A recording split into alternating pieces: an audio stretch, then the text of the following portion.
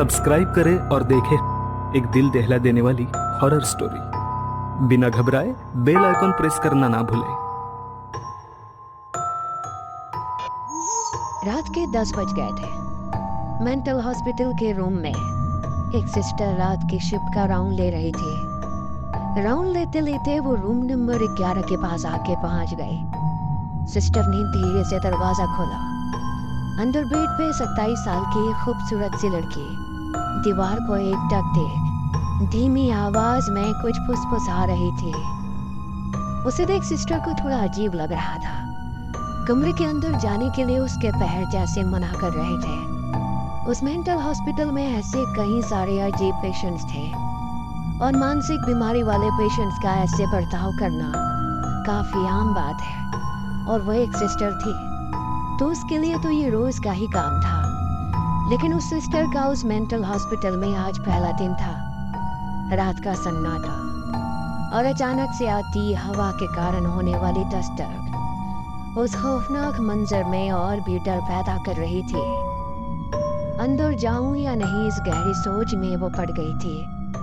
मन में थोड़ी सी हिम्मत कर उस सिस्टर ने अपना एक पैर अंदर बढ़ाया ही था कि तभी अचानक से वो लड़की जोर से हंसने लग गई और अजीबोगरीब हरकतें करने लग गई। उसका मुंह दीवार की तरफ था। उसने अचानक से अपनी गर्दन उल्टी घुमाई। सिस्टर के पसीने छूट गए। उसके पैर मानो वहीं जम गए। अपने कांपते हुए हाथों से कमरे का दरवाजा बंद कर सिस्टर दूसरे सिस्टर को आवाज लगाते हुए रिसेप्शन की तरफ दौड़ी। Sunita sister, Sunita sister. दौड़ते हुए सिस्टर रिसेप्शन पे पहुंच जाती है। रिसेप्शन पे एक सिस्टर किसी से फोन पे बात कर रही थी। आंटी जी आप बिल्कुल चिंता मत कीजिए, वो बिल्कुल ठीक है, हम उसका अच्छी तरह से ख्याल रख रहे हैं। इतना कहकर सुनीता सिस्टर फोन रख देती है और उस दूसरे सिस्टर को देखकर कहती है, क्या हुआ रचना सिस्टर, तुम इतनी डरी हुई क्यों हो? तो रचना सिस्टर जो कुछ हुआ था वो सब सुनीता सिस्टर को बताती है। लेकिन आप किससे बात कर रही थी? अरे वही रूम नंबर 11 में जो लड़की है ना, उसी की माँ का फोन था। बेचारी रोज रात को फोन करके उसके बारे में पूछती है। कुछ ही महीनों पहले उसे यहाँ भर्ती करके चले गए। तब रचना सिस्टर जिज्ञासा भरी नजरों से सुनीता सिस्टर को देख पूछती है, आखिर हुआ क्या है उसके साथ? उसकी हालत कैसी हो गई? दिखने में तो काफी खूबसूरत है वो। हाँ, ऐसी हालत बस दोनों ही हालात में हो सकती है, जब कोई किसी से पागलों की तरह प्यार करे और वो उसे ना मिले, या फिर तब जब उस पे किसी रूह का साया हो। ये सुन रचना सिस्टर हैरान हो जाती है और कहती है, तो इसके साथ क्या हुआ? अफसोस दोनों। मतलब? तब सुनीता सिस्टर उसे नैना के बारे में बताने लग जाती है। नैना 27 साल की हो चुकी थी। वो इंजीनियरिंग के आखिरी साल में पढ़ रही थी। पूरी कॉलेज में नैना से खूबसूरत लड़की और कोई भी नहीं थी। कॉलेज के सारे लड़के नैना के पीछे पागल थे, लेकिन नैना ने अपने सपनों की राजकुमार की एक अलग ही कहानी बनाई थी। वो मन ही मन रोज उसके जिंदगी में आने वाले राजकुमार के सपने सजाती थी। नैना और उसके सपनों की दुनिया असल जिंदगी से काफी अलग थी। नैना अक्सर खुद से ही बातें करती और कभी कभी जोर से हंसती। उसको देख उसकी माँ और पापा बहुत परेशान थे। उनकी बेटी की शादी की उम्र हो गई है और अब उसके लिए कोई अच्छा सा लड़का ढूंढना चाहिए, ऐसा उन्हें महसूस होने लगा। और उन्होंने कई सारे रिश्ते भी नैना के लिए लाए, लेकिन नैना हर रिश्ते के लिए मना कर देती, ये कहकर कि वो लड़का उसके सपनों के राजकुमार जैसा नहीं है जैसा उसने सोचा है। काफी सारे रिश्तों को बार बार मना करने के कारण नैना के लिए रिश्ते आने अब बिल्कुल ना के बराबर हो गए थे। इस बात से नैना के माँ और पापा बहुत परेशान थे, लेकिन नैना इस बात से बिल्कुल अनजान अपने ही सपनों की दुनिया में मगन थी। रात का समय था। रात के लगभग 12:30 बजे थे, लेकिन नैना अभी भी जाग रही थी। उसके कमरे की बत्ती अभी भी जल रही थी। नैना अपने कमरे की खिड़की के पास बैठे खिड़की से बाहर देखे अकेले ही मुस्कुराते हुए अपनी डायरी में कुछ लिख रही थी। उसे अक्सर डायरी लिखने की आदत थी। उस डायरी में उसने अपने होने वाले लाइफ पार्टनर के बारे में सब कुछ लिखा था। वो डायरी नैना के दिल के बहुत करीब थी, इतनी कि नैना की जान उसमें बस गई थी। वो मुस्कुराते हुए उस डायरी में कुछ लिख रही थी। नैना की ये हरकतें उसके माँ और पापा के लिए कुछ नई नहीं थी, इसलिए वो इस बात की तरफ ज्यादा गौर नहीं करते थे। अगले दिन नैना कॉलेज जाती है। आज नैना का 27वां जन्मदिन था। वो आज अपनी डायरी भी साथ ले आई थी। नैना के दोस्तों ने नैना का जन्मदिन काफी बढ़िया से मनाया। उसके ग्रुप में नैना की सबसे अच्छी दोस्त निशा और अभी कुछ महीने पहले ही दोस्ती हुए नए दोस्त ईशान और जतिन थे। दोनों मन ही मन नैना को पसंद करते थे, लेकिन ये बात दोनों ने अभी तक नैना से नहीं कही थी और ना ही एक दूसरे से। उस दिन नैना कॉलेज की लाइब्रेरी में अपनी डायरी में कुछ लिख रही थी और तभी अचानक उसे अपनी माँ का फोन आया। वो जल्दी जल्दी अपनी डायरी वहीं भूल गए। जतिन ने वो डायरी उठा ली और किसी का ध्यान नहीं है ये देखते हुए वो डायरी फटाक से अपने बैग में डाल ली। घर आके जतिन ने नैना की डायरी पढ़ना शुरू किया।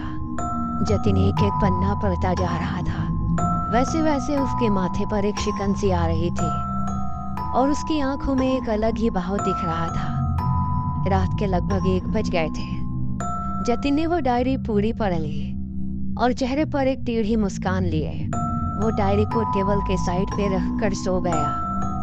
उधर नैना के कमरे की बत्ती अभी भी जल रही थी, लेकिन अजीब बात ये थी कि आज नैना बहुत परेशान थी। उसका कमरा पूरा बिखरा पड़ा था और वो पागलों की तरह अपनी डायरी ढूंढ रही थी।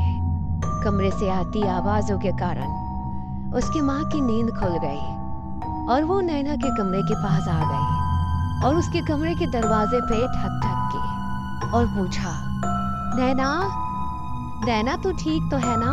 पर नैना का कोई जवाब नहीं आया। उसकी माँ ने उसे फिर से आवाज लगाई, नैना बेटा तू ठीक तो है ना? हाँ माँ मैं ठीक हूँ। बेटा बहुत रात हो गई है, सो जा। इतना कहकर उसकी माँ सोने के लिए चली गई। इधर नैना को रोना आ रहा था। उसे ऐसा लग रहा था जैसे उसने अपनी सबसे कीमती चीज खो दी है, जिसमें उसने अपने सारे सपने संजोए थे। अपनी आंखें पोंछते हुए नैना ने कमरे की बत्ती बुझा दी और वो सो गई। काफी मशक्कत के बाद उसकी आंख लग गई। अगली सुबह नैना कॉलेज आई थी, लेकिन वो बहुत उदास लग रही थी। उसे उदास देख निशा ने उससे पूछा, क्या हुआ नैना, तुम इतनी उदास क्यों लग रही हो? निशा, मेरी वो डायरी तुम्हें याद है जिसमें मैं अपनी सारी बातें लिखती थी? वो कहीं खो गई, मुझे नहीं मिल रही। ईशान वहीं खड़ा था। उतने में जतिन वहां आ जाता है। जतिन को देख नैना की आंखें फटी की फटी रह जाती है। जतिन ने वैसे ही कपड़े पहने थे जैसे नैना ने डायरी में लिखा था।